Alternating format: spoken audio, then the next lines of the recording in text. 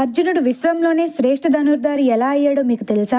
గురు ద్రోణాచార్యుడు రాకుమారులందరికీ తన సామర్థ్యాన్ని తెలుసుకోవడానికి ఒక టెస్ట్ పెడతారు. అదేంటంటే దూరంగా చెట్టు మీద ఒక చెక్కతో చేసిన పక్షి బొమ్మను పెట్టి బాణంతో దాని కంటిని ఛేదించమంటాడు ద్రోణాచార్య. ఫస్ట్ యుధిష్ఠిరుడు వచ్చి బాణం ఎక్కుపెడతాడు. నీకేం కనిపిస్తుంది అని ద్రోణాచార్యుడు అడిగినప్పుడు తనకి చెట్టు కొమ్మలు కనిపిస్తున్నాయని, అలానే పక్షిని కొట్టినప్పుడు దాని గూడికి తగలకూడదని, కొమ్మ విరిగితే కింద చీమల పుట్ట కూడా చెదిరిపోతుందని చెప్తాడు. ఒకే దృష్టిలో అన్ని గమనించిన యుధిష్ఠిరుడిని మెచ్చుకుంటాడు, కానీ ధనుర్ధారి మాత్రం కాలేవని వెనక్కి పంపేస్తాడు ద్రోణాచార్య. ఇక భీముడు వచ్చి తనకి కూడా వాటితో పాటు పళ్ళు ఫలాలు కూడా కనిపిస్తున్నాయని అంటాడు.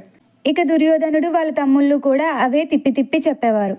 ఇక అర్జునుడి వంతు వస్తుంది. తనకి కేవలం పక్షి కన్ను మాత్రమే కనిపిస్తుంది అంటాడు పార్థ. దానికి ద్రోణాచార్యుడు ఆ పక్షి కింద పడకుండా దాని కంటిని ఛేదించమంటాడు. అర్జునుడు ఎంతో అద్భుతంగా బాణం వేసి పక్షి కంటిని ఛేదిస్తాడు.